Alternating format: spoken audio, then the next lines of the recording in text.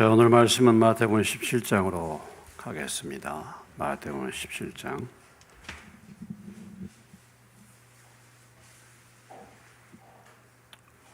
17장 1절로부터 13절까지 말씀인데요. 17장 1절로 13절. 엿새 후에 예수께서 베드로와 야고보와 그 형제 요한을 데리시고 따로 높은 산에 올라가셨더니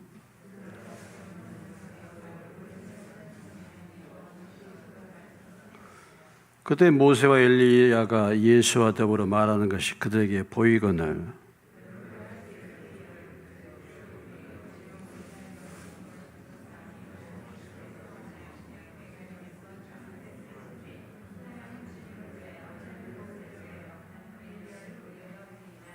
말할 때 호련히 빛난 구름이 그들을 덮으며 구름 속에 소리가 나서 이르시되 이는 내 사랑하는 아들이요 내 기뻐하는 자니 너희는 그의 말을 들으라 하시는지라.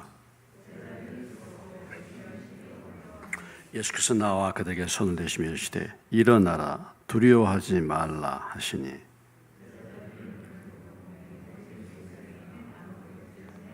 그들이 산에서 내려올 때 예수께서 명하여 이르시되 인자가 죽은 자 가운데서 살아나기 전에는 본 것을 아무에게도 이르지 말라 하시니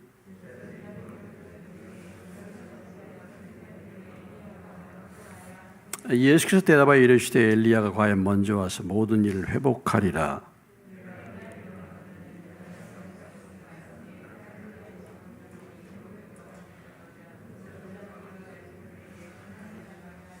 (13절) 그제서야 제자들이 예수께서 말씀하신 것이 침례 요한인 줄 깨달으니라. 아멘. 하나님 아버지 17장 말씀을 나눌 때 들을 길을 주시고 듣고 깨닫고 변화되게 하시옵소서. 예수님의 이름으로 기도합니다. 아멘. 오늘 마태복음 17장은 우리가 잘 아는 변화산상의 예수님, 변화산상에서 변화되신 예수님입니다. 1절로 3절까지 변화산상에서 예수님이 변화된 모습, 여기에 대한 베드로의 반응, 그리고 하나님의 음성, 하늘의 음성, 그리고 변화산상에서 내려온 다음에 예수님의 말씀이 기록이 되어 있습니다. 자, 엿새 후에 예수께서 베드로와 야고보와 그 형제 요한을 데리시고 따로 높은 산에 올라가셨다 그랬습니다. 여기서 말하는 엿새 후라는 것은 무엇을 말합니까? 누가복음은 8일 후에 이렇게 또 표현이 되어 있는데 이게 이제 안식을 포함하느냐, 뭐 계산해서 조금 저녁부터 계산하느냐, 아마 뭐 이런 부분들이 있었으리라고 생각이 되는데 여기 이 엿새 후라는 것은 지금 베드로의 이 뭐예요? 그 고백 후에 이제 예수님께서 이제 사흘 만에 내가 십자가에서 죽고 사흘 만에 살아나리라 이렇게 말씀을 주신 다음에 이제 6일 후에 이런 얘기죠. 그래서 지금 예수님은 중요한 부분들을 지금 말씀하셨습니다. 지금 십자가를 앞에 두고 얼마 있지 않으면 예수님이 돌아가십니다. 지금 예수님의 사역의 마지막 부분입니다. 그래서 제자들에게 예수님의 정체를 다시 한번 확인시키는 거죠. 지금 제자들은 예수님을 3년 동안 따라다니면서 말씀을 듣고 예수님의 기적을 체험도 했습니다. 그런데 예수님은 지금 이제 이 세상을 떠날 날을 앞두고 제자들에게 다시 한번 확인하는 거예요. 지금까지 따라다녔지만 과연 내가 누군지를 알고 있는가? 이런 얘기죠. 교회를 지금 다녀요. 5년을 다닙니다. 10년을 다닙니다.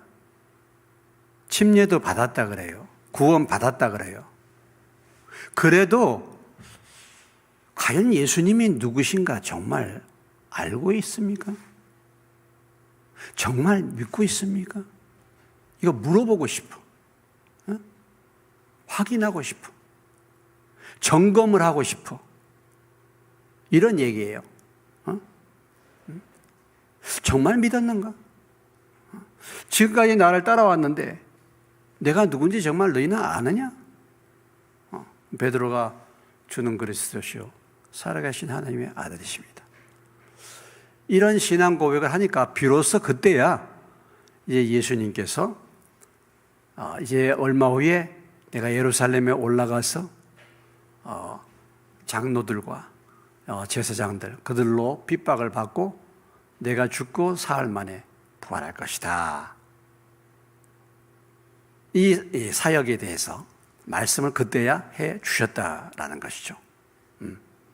그러니까 예수님의 행적에 대해서 아무나 그냥 말한 것이 아니고 어떤 중요한 고백, 그들의 믿음이 분명해졌을 때 그렇게 이제 말씀을 주셨다는 것이죠. 그리고 오늘 이제 또 엿새 후에 예수님께서 베드로와 야고보 형제 요한을 데리고 높은 산 위를 데리고 올라가신 것입니다. 그곳에 올라가셔서 어떤 일이 벌어졌습니까? 그들 앞에서 예수님이 변형이 되셨다. 예수님이 뭐야? 변형이 되셨다.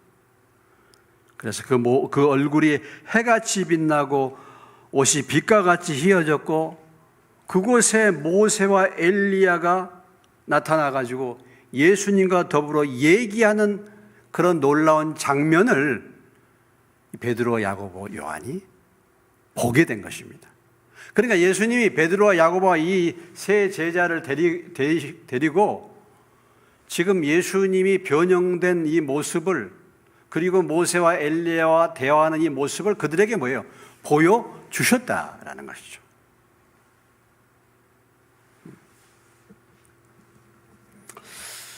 여기 이제 높은 산으로 가셨다. 그런데 이 높은 산이 어느 산인가? 우리가 이제 성경에 뭐 나와 있지 않으니까 뭐 높은 산이 무슨 산인가 여기에 대해서 뭐 깊이 뭐 연구 뭐 하는 분들이 있겠지만은 갈릴리 지역에서 높은 산 그러면 다볼산이라는 산이 있습니다. 그것이 아닌가? 그런데 지금 이 베드로의 신앙 고백의 그 사건이 일어난 곳이 어디였냐면 가이사라 빌립보였습니다. 여러분 어디였다고요? 가이사라 빌립보였어요. 그러면 가이사라라는 곳은 이스라엘에는 두 군데가 있어요. 두 군데. 지중해 해변가에 있는 가이사라. 거기는 바로 총독의 관저가 있는 가이사라입니다. 가이사라란 말은 총독이란 아니 황제란 말이에요. 시저를 말합니다. 그러니까 로마의 그 황제의 파송을 받은 총독부가 있는 지중해 해변에 있는 가이사라가 있고 여기 또 가이사라 빌립보라는 지역은 역시 황제를 기념하기 위해서 만든 도시, 빌립이 만든 도시예요. 이것은 이스라엘의 북쪽에 있었습니다. 그러면 이것이 북쪽에 있는 지역이기 때문에 예수님께서 그들을 따로 데리고 높은 산에 올라가셨다라고 한다면 이 가이사라 빌립보에서 가장 가까운 산이 어느 산이냐? 높은 산이 어느 산이냐? 그것은 헐몬산입니다. 헬몬산. 이것이 바로 가이사라 바로 그 위쪽에 이스라엘의 가장 북쪽에 있는 산, 이 산이 바로 헬몬산이에요. 백두산보다 더 높습니다. 백두산보다 높아요. 헬몬산이 굉장히 춥습니다. 제가 그저 전에 헬몬산 한번 가봤는데 엄청 추워요. 산이 높아. 그러니까 이 가이사라 빌립보에서 헬몬산까지 약 한 22km 얼마 되지 않는 거리죠. 그러니까 높은 산에 데리고 갔다라고 말했을 때에 가장 우리가 추측해 볼 수 있는 가장 확실한 산은 바로 헬몬산이 되지 않겠는가 이렇게 우리가 이제 생각을 해볼 수가 있는 것인데 예수님께서 이 세 제자를 데리고 가서 그들에게 뭐예요? 신비한 체험을 하게 하신 것이다. 자, 그런데 누구를 데리고 가셨습니까? 누구를 데리고 가셨어요? 예? 누구를 데리고 가셨어요? 베드로, 야고보, 요한. 그러니까 중요한 지역, 중요한 사건이 날 때 누구를 데리고 다녀요? 베드로, 야고보, 요한. 수제자들이라고 하죠. 베드로, 야고보, 요한. 예수님이 왜 베드로, 야고보, 요한을만을 데리고 갔을까? 궁금하지 않습니까, 여러분? 12 제자가 있는데 12제자를 다 데리고 가지. 왜 베드로, 야고보, 요한만 데리고 갈까? 왜 그랬을까? 어떤 중요한 현장에, 그런 현장에는 베드로, 야고보, 요한을 데리고 갑니다. 이렇게 특별히 이런 변화산상에서 놀라운 체험을 하는데 베드로, 야고보, 요한을 데리고 가잖아요. 이렇게 왜 베드로, 야고보, 요한을 중요한 그런 곳에, 중요한 은혜를 받는 곳에 데리고 갔을까? 또 언제 베드로, 야고보, 요한을 데리고 가죠? 겟세마네 동산에 가서 뭐예요? 기도하실 때도 그들을 데리고 가잖아요. 왜 그럴까? 여러분, 왜 베드로, 야고보, 요한을 데리고 갔을까요? 다 데리고 가지? 예? 궁금하지 않습니까? 왜 그럴까요? 1차적으로 생각해 볼 수 있는 건 무엇이겠습니까? 우선 베드로를 생각해 보세요. 야고보, 요한. 이들이 주님을 사모해요. 열심히 있는 거예요. 열심히. 열정이 있는 거예요. 주님을 사모하는 자들.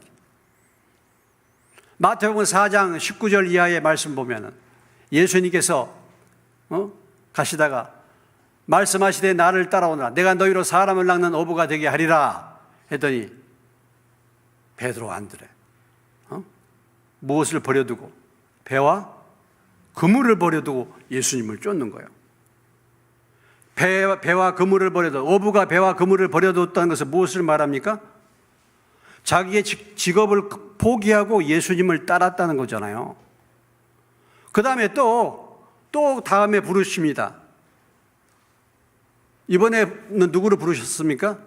바로 야고보와 요한.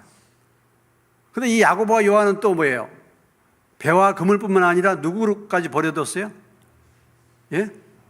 자기 아버지를 버려두고 예수님을 쫓았다. 그러니까 적어도 이 베드로, 야고보, 요한은 예수님을 쫓을 때, 예수님이 부를 때 예수님을 어떻게 쫓았어요? 예? 자기 생계를 포기하고 전심으로 주님을 그래도 쫓았다 이거예요.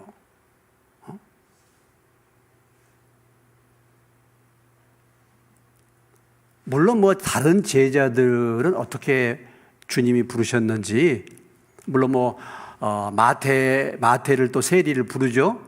이게 부르죠.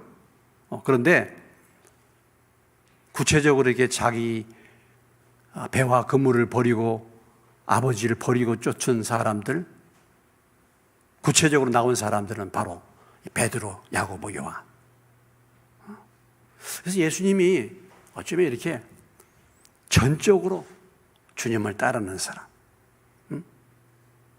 열심을 품고 사모하는 마음을 품고 주님을 따르는 사람들에게 특별한 은혜를 주시는 줄로 믿으시기 바랍니다. 예수님의 12제자 가운데 들어간 것도 영광이잖아요. 근데 그 중에서도 수제자예요, 또. 수제자.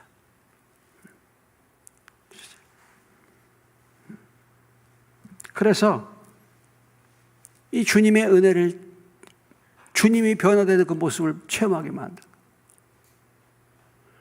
여러분도 그런 은혜를 사모하시기를 주의 이름으로 축원합니다.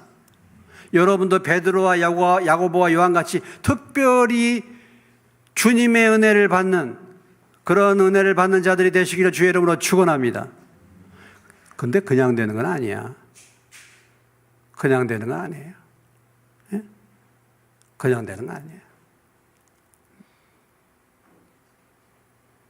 다른 누구보다도 주님을 쫓겠다는 열정이 있어야 되는 거 아니겠습니까?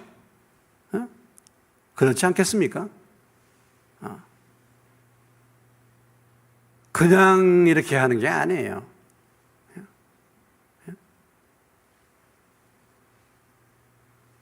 우리가 참 사람들을 보면요, 세상 욕심은 많아. 세상에 대한 어떤 사모함은 많아. 뭐 돈을 어떻게 모아야 되겠다. 내가 돈을 벌어야 되겠다. 내가 뭐 아파트를 어떻게 해야 되겠다. 이런 데는 참 관심이 많아요. 막 그런 데 시간도 투자하고 막. 네. 주님의 은혜를 내가 좀 받아야 되겠다. 여기에 대해서는 별로 관심이 없어요. 사모함이 없어요, 사모함. 열망이 없어, 열망이. 간절함이 없어요. 오늘 이 베드로, 야고보, 요한은 그래도 주님이 오라 하실 때 배와 그물을 버려두고, 아버지를 버려두고 주님을 쫓았다. 그러니까 이런 수제자가 사실 되어지는 거고, 이런 자들에게 주님이 깊은 은혜를 체험하게 만든 거죠. 여러분, 기도 생활도 안 하고 말씀도 안 보고 은혜도 사모하지 않는데 하나님이 깊은 은혜를 주시겠습니까? 그러겠습니까?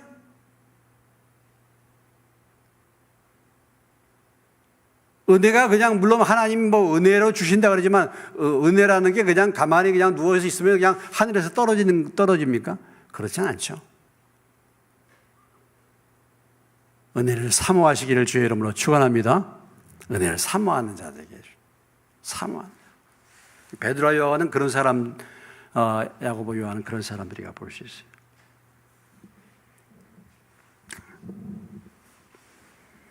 그래서 이 놀라운 예수님이 변형되고 모세와 엘리야와 만나서 대화하는 이 영적인 놀라운 은혜를, 세계를 그들이 직접 뭐예요?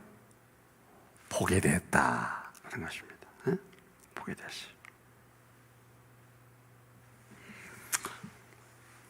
그래서 그들 앞에서 변형돼서 얼굴이 해같이 빛나며 옷이 빛과 같이 희어지고, 그때 모세와 엘리야가 예수와 더불어 말하는 것이 그들에게 보여졌다 하는 것입니다.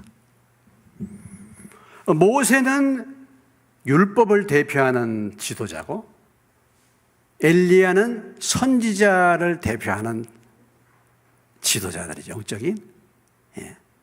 이런 참 놀라운 자들을 이 베드로와 야고보, 요한이 친히 이렇게 눈으로 보게 되었다라는 것이죠. 참 이것이 얼마나 참 놀라운 은혜입니까? 이걸 보게 됐습니다. 얼굴이 해같이 빛나, 옷이 빛과 같이 희어져. 자, 지금 예수님이 너희는 나를 누구라 하느냐 할 때 베드로가 주는 그리스도이시오 살아계신 하나님의 아들이십니다. 이렇게 고백했어요. 고백했는데, 그래도 예수님은 뭐야? 지금 인간의 몸을 입고 왔죠. 지금 육체로 보는 거야. 육체로. 이 변화산상에서 비로소 예수님의 영적인 실체의 모습을 보게 된 거죠. 그러니까 우리가 육신으로만 알다가 이제는 비로소 영으로서 알게 되는 거예요. 그분이 물론 뭐 주님이시다 이렇게 하지만은 이제 뭐예요? 이제는 이 변화산상에서 이 빛나는 모습으로 바뀌어진 그 예수님을 통해서 그 실체를 이제 참으로 보게 된 것이죠. 우리가 신앙생활 하다가 그냥 예수님이 그냥 주인, 예수님이 그냥 구주, 뭐 내가 믿습니다 이렇게 하고 그냥 이게 따라다니고 신앙생활 하다가 어느 날 그 주님이 실제로 하나님이라는 사실, 그 영적인 실체가 우리 앞에 깨달아지고 믿어질 때가 있습니다. 그럴 때가 있어요. 그런 것처럼 이제 오늘 이 사건은 실제적으로 그들에게 보여진 거야. 보여진 거예요. 이런.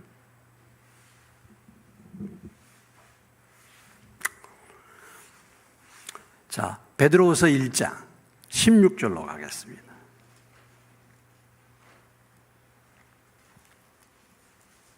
베드로후서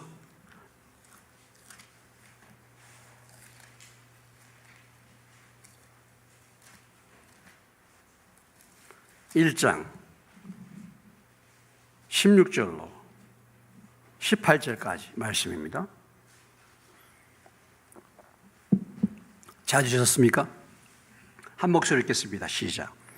우리 주 예수 그리스도의 능력과 강림하심을 너에게 알게 한 것이 교묘히 만든 이 얘기를 따른 것이 아니요 우리는 그의 크신 위엄을 친히 본 자라. 지극히 큰 영광 중에서 이러한 소리가 그에게 나기를 이는 내 사랑하는 아들이요 내 기뻐하는 자라 하실 때에 그가 하나님 아버지께 존귀와 영광을 받으셨느니라. 이 소리는 우리가 그와 함께 거룩한 산에 있을 때에 하늘로부터 난 것을 들은 것이라. 누구의 얘기입니까 지금? 베드로의 얘기예요. 베드로서 베드로의 말년에 지금 베드로가 지금 이 얘기를 고난받는 성도들에게 얘기하고 있잖아요. 지금 내가 여러분에게 얘기한 것은 만들어낸 얘기가 아니야. 교묘히 꾸며낸 얘기가 아니고 내가 직접 본 얘기야. 내가 직접 들은 음성이야 지금. 그걸 말하는 거예요. 이렇게. 확실하게.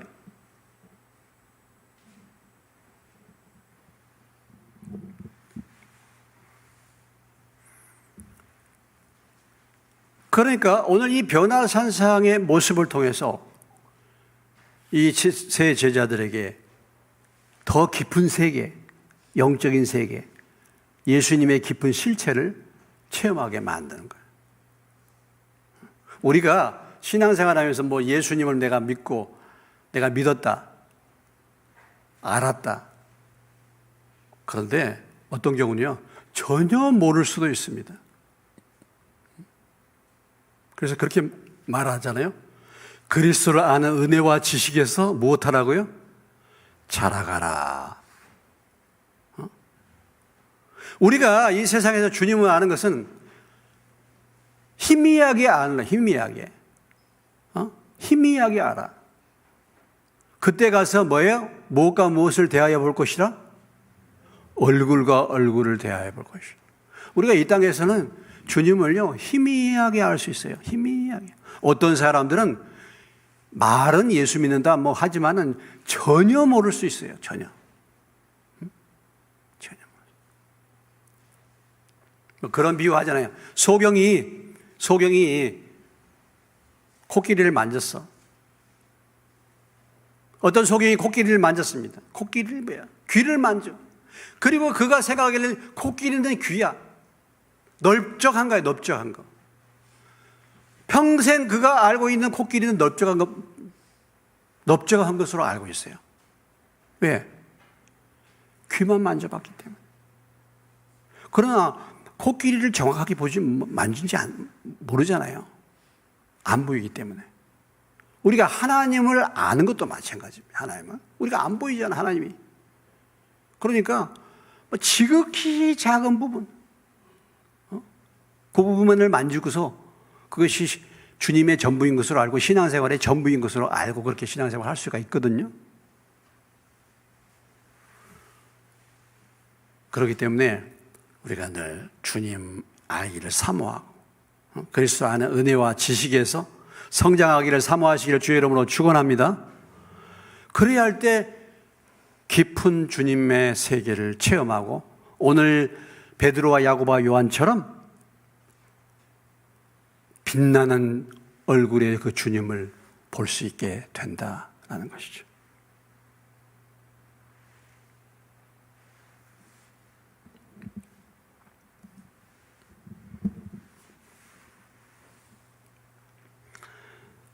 자, 이것을 통해서 이 제자들에게 예수님께서 자신의 모습을 좀 더 구체적으로 이제 제자들에게 이제 보여주기를 원하신 것입니다.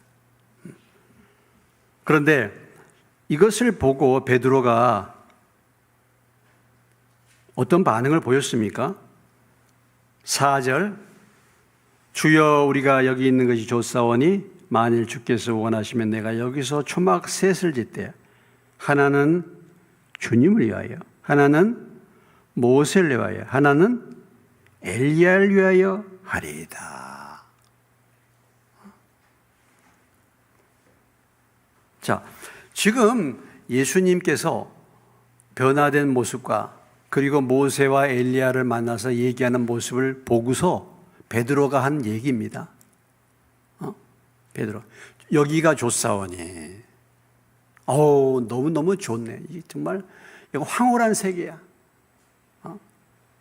여기가 좋사오니, 여기서 초막 셋을 짓고 하나는 주님을 위해서, 하나는 모세를 위해서, 하나는 엘리야를 위해서 이렇게 짓고 지내면 얼마나 좋겠습니까? 이렇게 말했을 때 하나님의 음성이 들립니다. 어떤 음성이 들렸습니까? 이는 내 사랑하는 아들이요 내 기뻐하는 자니 너희는 그의 말을 들으라 하시는지라 그랬어요.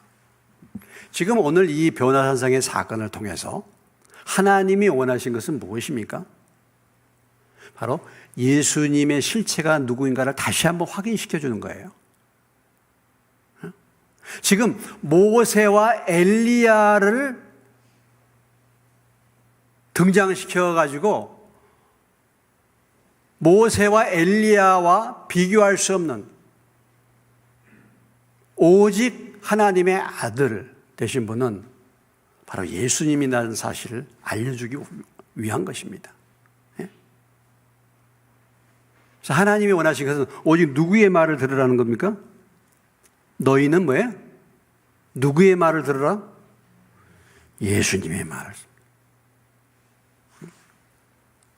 오직 예수님만이 진정한 하나님의 아들이시고 오직 예수님만이 우리가 들어야 될 구원이자이시다. 이것을 지금 보여주고 있는 거예요. 오늘 베드로는 생각하기를 예수님, 모세, 엘리야 다 이게 놀라우신 분들이야. 그래서 예수님을 위해서, 모세를 위해서, 엘리야를 위해서 다 초막을 지키러 원해. 근데 그것이 아니다라는 것이죠. 오직 영광을 받으실 분은 누구십니까? 예수님. 오직 말씀을 들어야 할 분은 누구예요? 예수님. 오직 봐야 될 분은 누구냐? 8절에 이렇게 말하죠. 8절을 주목해서 같이 읽겠습니다. 제자들이 눈을 들고 보매 오직 예수 외에는 아무도 보이지 아니하더라. 예수님은 모세와도 예수님은 엘리야와도 비교할 수 없는 정말 영광을 받으시기에 합당하신 하나님의 아들이시다. 하나님이시다. 메시아시다. 이것을 지금 보여주는 거예요. 그런데 베드로는 예수님도 모세나 엘리야와 같이 존경을 받으실 분으로 생각하고 있잖아요. 여러분 참 보면요, 이 카톨릭에 보면요, 카톨릭은요 성인 숭배 사상 굉장합니다. 어느 지역에 가면 성 니콜라우스, 또 성 누구 그들의 이름 각 마을마다 다 그 기념해요. 대표적인 사람이 누굽니까? 성모 누구요? 마리아, 베드로, 초대 교황. 이런 이름들이 더 높이잖아요. 성인을 그렇게 숭배했다. 성인. 예수님의 이름이 없어. 예수님이 말이죠. 성모 마리아가 더 많이 이름이 오르락내리락 거려요. 카톨릭을 가봐요. 예수님보다 성모 마리아도. 많은 성인들이, 각 마을마다 성인들이 있어요. 또 그게 아니에요. 오직 예수님의 이름만이 높여져야 될 줄로 믿습니다. 오직 누구만 우리의 눈에 보여져야 돼? 예수님만 보여줘요. 예수님.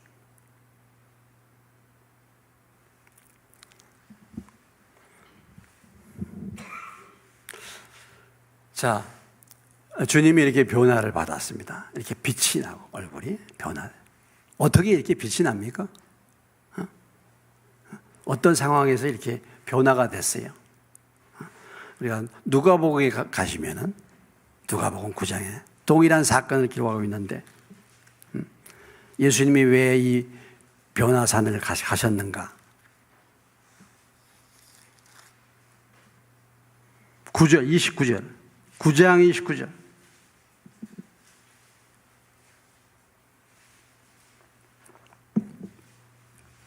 (9장 29절입니다) 찾으셨습니까? 누가복음 107페이지. 같이 읽겠습니다. 시작. 기도하실 때 용모가 변화되고 그 옷이 휘어져 광채가 나더라. 무엇할 때? 기도할 때. 기도하러, 그러니까 올라가시 기도하러. 문득 두 사람이 예수와 함께 말하니 이는 모세와 엘리야라. 영광 중에 나타나서 장차 예수께서 예루살렘에서 별사하실 것을 말할새. 32절 읽습니다.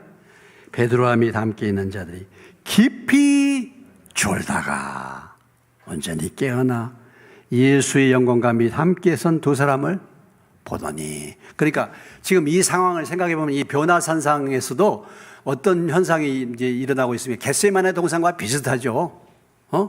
기도하러 갔는데 예수님은 기도하시고 제자들은 뭐 했어요? 예? 어떻게 졸았어? 깊이 졸았어. 예, 하여튼 제자들은 따라다니면서 졸아. 그러니까 지금 베드로가 이 영광스러운 주님과 모세와 엘리야의 모습을 보고 마태복음 17장에서 우리가 여기 있는 것이 조사원이 하나는 예수님을 위하여, 하나는 모세를 위하여, 엘리야를 위하여 초막셋을 지켰나이다 라고 이 말했을 때에 베드로는 지금 어떤 상태에서 지금 이런 말을 하는 겁니까? 예? 어떤 상태에서 이런 말을 하는 거예요? 졸다가 깨가지고.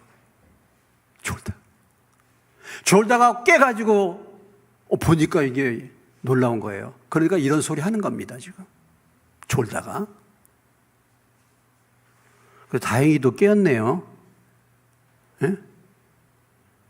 졸다가 안 깬 사람도 많아. 다 다행히도 깨었어.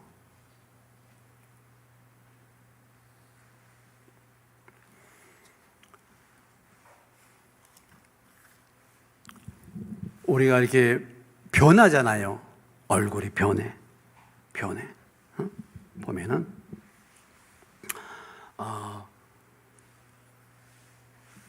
무엇할 때 변하셨어요? 변화산상에서?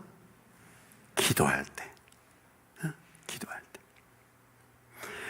출애굽기 34장에 가보시면요. 얼굴이 변화된 사람들 몇 사람 있죠? 성경에? 예. 출애굽기 34장에 가봅시다. 출애굽기 34장. 얼굴이 변화돼.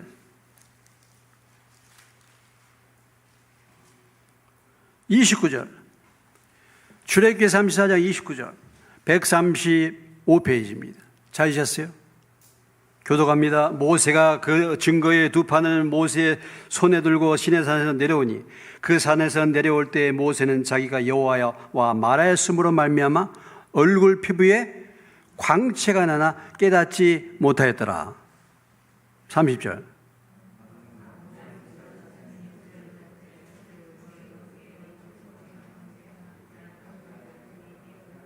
모세가 그들을 부르매 아론과 회중의 모든 이들이 모세에게로 오고 모세가 그들과 말하니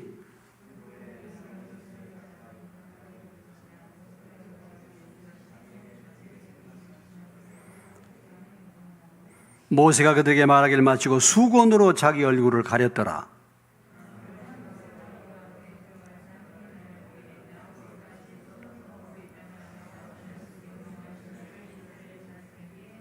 35절 이스라엘 자손이 모세의 얼굴에 광채를 보므로 모세가 여호와께 말하러 들어가기까지 다시 수건으로 자기 얼굴을 가렸더라. 여기 또 광채가 얼굴에 광채가 난 사람이 있으면 누구였습니까? 모세. 모세가 왜 얼굴에 광채가 났어요? 예? 여호와와 말함으로, 하나님과 대화, 하나님께 기도함으로, 하나님과 대화할 때 얼굴에 광채가 났어. 그래서 사람들이 모세의 얼굴 보기를 두려워하는 거예요. 얼굴에 광채가 나가지고. 광채. 자, 예수님도 기도할 때 광채 얼굴이 바뀌어졌죠. 모세도 뭐예요? 하나님과 대화할 때 얼굴에 광채. 얼굴에 또 광채가 난 사람이 있습니다. 사도행전 7장, 사도행전 6장.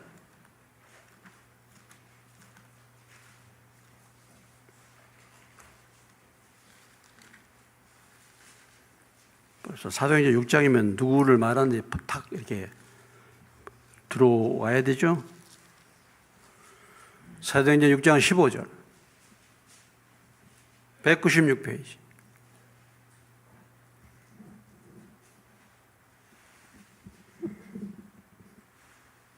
찾으셨습니까? 6장 15절, 196페이지. 시작. 공회 중에 앉은 사람들이 다 스데반의 얼굴을 주목하여 보니 그 얼굴이 천사의 얼굴과 같더라. 스데반의 얼굴, 성령 충만한 스데반 얼굴이 뭐야? 광채가 천사의 얼굴과 같았다. 예. 표현하고 있죠?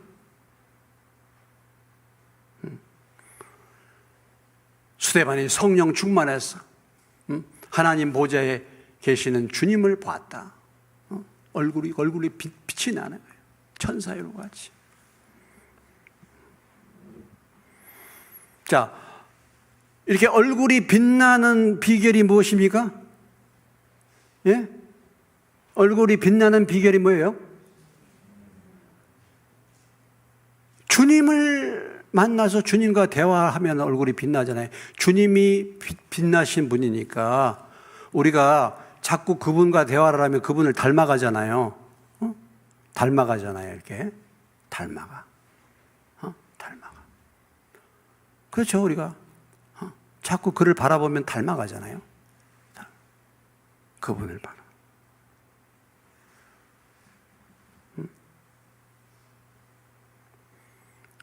자, 오늘 굉장히 중요한 말씀을 여러분 배웠죠?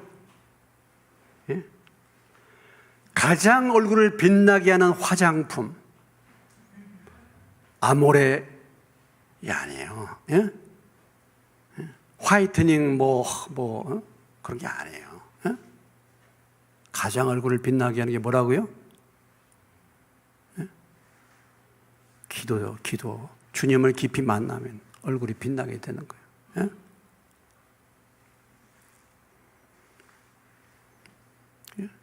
주님을 깊이 만나시고 기도를 부지런히 하시고 주님과 대화해서 여러분의 얼굴이 빛나기를 주의 이름으로 축원합니다. 눈부셔서 난 보지를 못하겠네. 이거 쓰고 다니는 거야? 그러셔서 다 썼죠. 마스크 쓰고 다니시네 지금. 얼굴이 빛나가지고 마스크 쓰고. 근데 교회에 다니고 신앙생활 하는데 세상 근심 걱정은 혼자서 다 짊어지고 얼굴이 뭐야? 근심 걱정 그냥 완전히 얼굴이 상했네. 어? 얼굴이 상했어, 상해.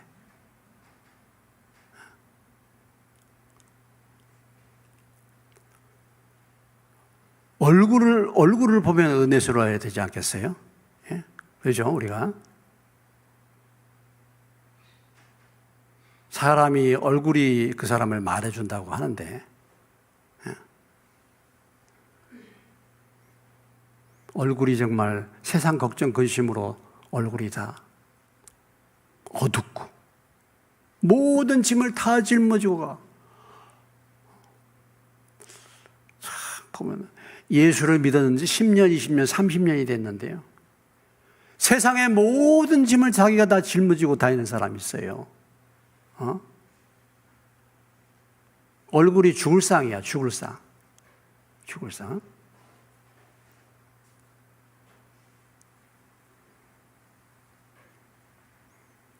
주님을 만남으로 얼굴이 빛나시기를 주의 이름으로 축원합니다. 예. 우리가 여러분들이 주님을 어떻게 만나는가가 여러분의 얼굴에 나타나시길 바랍니다. 예? 주님을 늘 만나.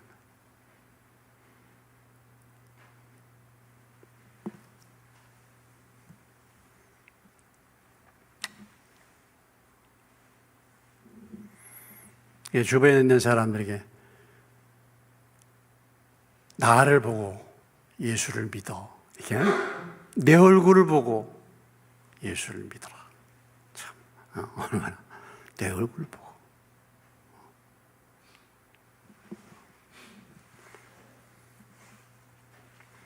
자, 이 놀라운 이 변화산상의 이 체험, 이것을 지금 베드로와 야고보와 요한에게 보여주고 있잖아요.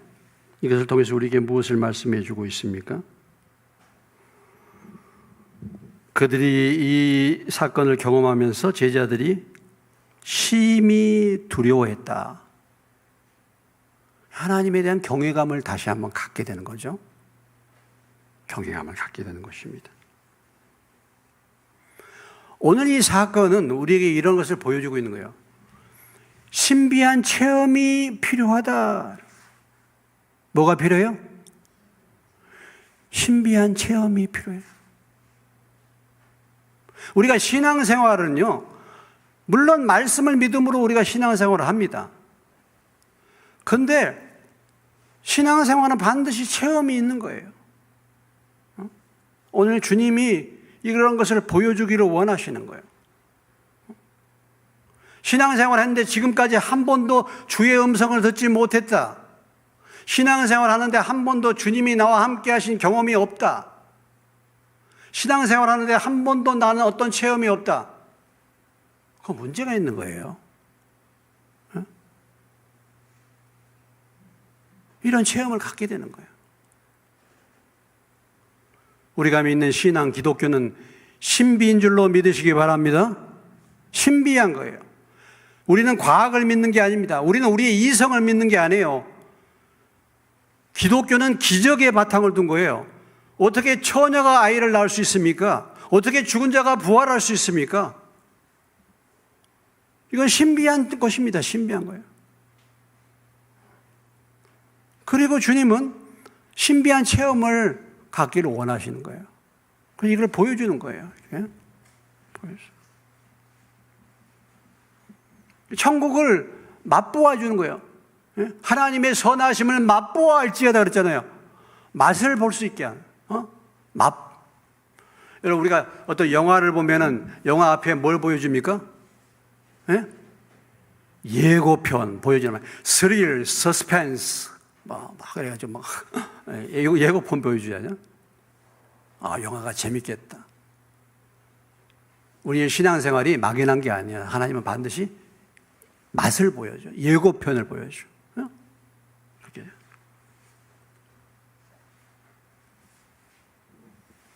이것을 보여줌으로 인해서 하나님이 무엇을 원하십니까? 우리의 믿음이 견고하게 되기를 원하시는 줄로 믿으시기 바랍니다. 그렇죠? 체험한 사람과 체험하지 않는 사람의 신앙은 차이가 있어요. 믿음이 견고해. 그리고 또 뭐예요? 고난 가운데서도 고난을 이길 수 있는 힘을 얻게 되는 거예요. 오늘 지금 이 체험을 가는 베드로가 아까 베드로 후서에서 말하고 있잖아요. 성도들에게. 그러면서 그들을 격려하는 것입니다. 내가 여러분에게 이 편지를 쓰는 것은 내가 만들어낸 얘기를 한 게 아니야. 나는 직접 봤어. 베드로가 그 많은 신앙의 핍박 가운데서도 담대하게 하나님의 말씀을 증거할 수 있었던 것은 이 주님을 체험했기 때문에 그런 거예요. 가짜가 아니야. 분명한 거라면 천국이 분명한 것이고 그러니까 이 땅에서 고난과 힘들고 어려움이 오더라도 이 체험을 통해서 하나님의 살아계심을 알고 믿음이 흔들리지 않고 위로를 받고 사명을 더 견고하게 붙들 수가 있는 것이죠. 그렇기 때문에 하나님은 이런 체험을 하게 하시는 것입니다. 그 체험들이 뭐 여러 가지 체험들이 있겠죠. 우리가 뭐 일반적으로 나와서 그냥 많은 사람들이 체험한 방언, 그러죠? 예, 기도하다가 방언을 받아. 그래서 하나님이 이렇게 살아계시는구나, 이런 부분을 방언을 한다. 아니면 뭐 환상을 보여준다든지 꿈을 보여준다든지 이렇게 보여주는 것.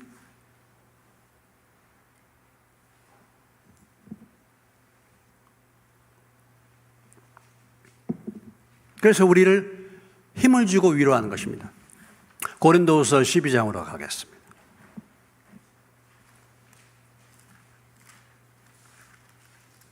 고린도후서 12장.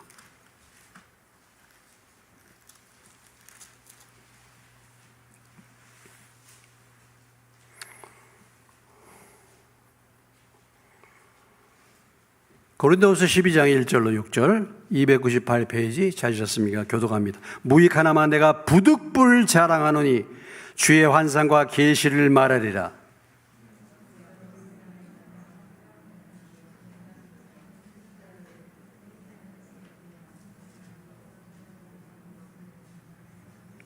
내가 이런 사람 아노니 그가 몸 안에 있었는지 몸 밖에 있었는지 나는 모르거니와 하나님은 아시느니라.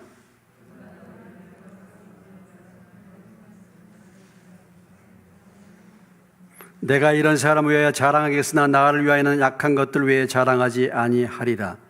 내가 만일 자랑하고자 해도 어리석은 자가 되지 아니할 것은 내가 참말을 함이라.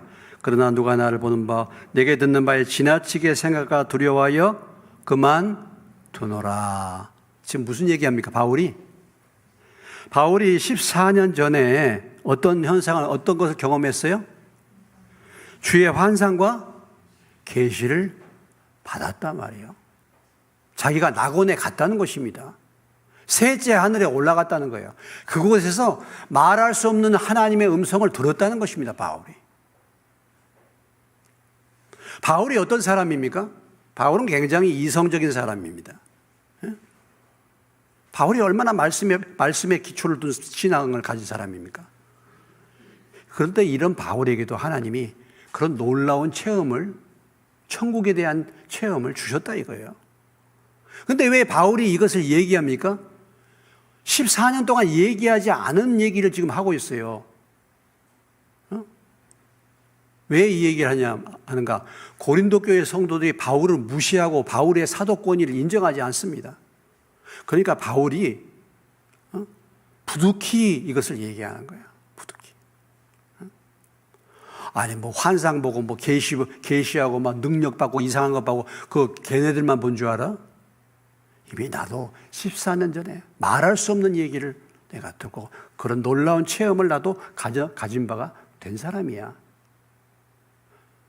내가 이걸 부득이 얘기한다. 이렇게 말하고 있지 않습니까? 그러니까 하나님의 사람들에게, 믿음의 사람들에게는 하나님이 분명히 살아계심과 하늘나라가 있고 천국과 지옥이 있음을 분명하게 믿을 수 있도록 증거를 주시고 체험케 하시는 줄로 믿습니다.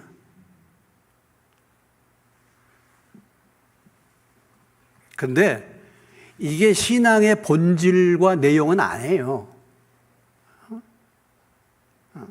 하나님이 이런 신비를 주시지만 신비주의, 신비에 빠지는 것, 이것은 하나님이 원하신 것이 아니에요.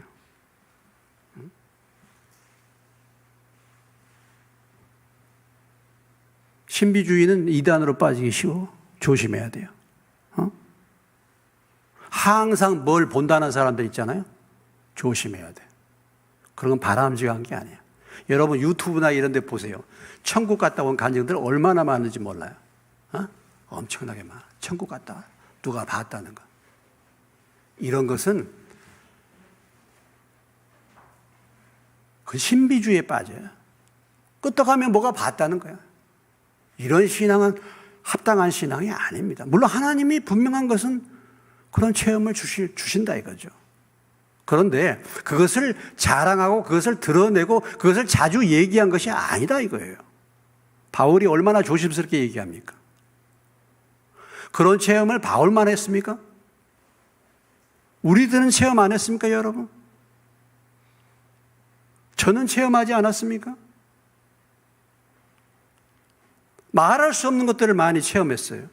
근데 얘기를 잘 안 해서 그렇죠. 분명한 것은 하나님이 이런 것을 통해서 이 세상에 살면서 세상 것들에 붙들리지 말고 분명한 믿음을 가지고 맡겨준 사명을 바르게 감당하도록 이 은혜를, 이런 체험들을 주신다는 거죠. 예, 주신다는 것입니다.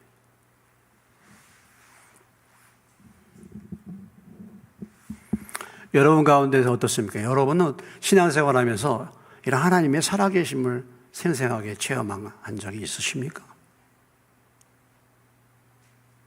아직도 없으십니까? 없으시다면 그것을 일부러 체험할 필요는 없죠. 그보다 더 확실한 믿음은 말씀 그대로 믿는 믿음이니까 오늘 마태복음 17장 말씀을 통해서 예수님이 변화산상에서 나타나셔서 그가 얼굴빛이 변하고 놀랍게 변하는 이 말씀을 그대로 믿으면 동일하게 내가 이런 체험을 갖지 않아도 동일하게 이 체험을 가질 수가 있게 되는 거죠. 그러나 분명한 것은 믿음의 삶을 살고자 하는 사람들에게는 반드시 하나님이 이런 체험을 주신다는 거예요.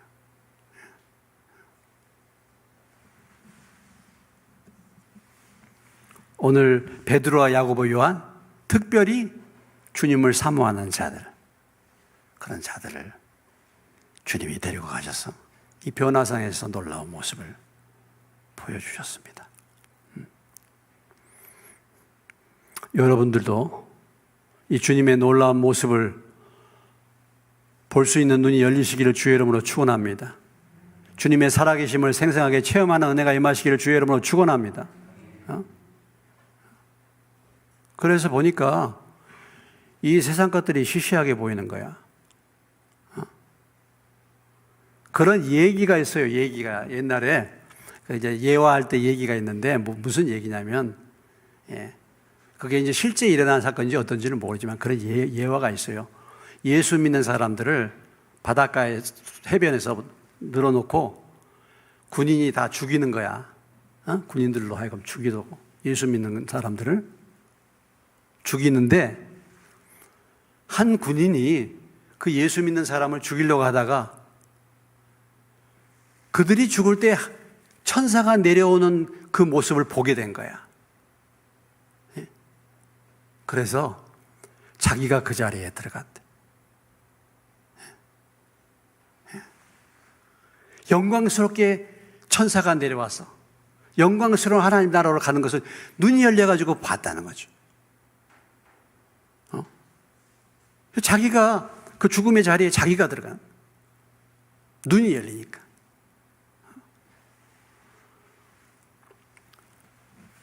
우리가 이 세상 보는 눈만 커지고 이 세상 보는 눈의 눈이 고정이 돼 있어. 이 세상의 것들에 눈이 고정이 돼 가고 이렇게 보이지를 않는 거야.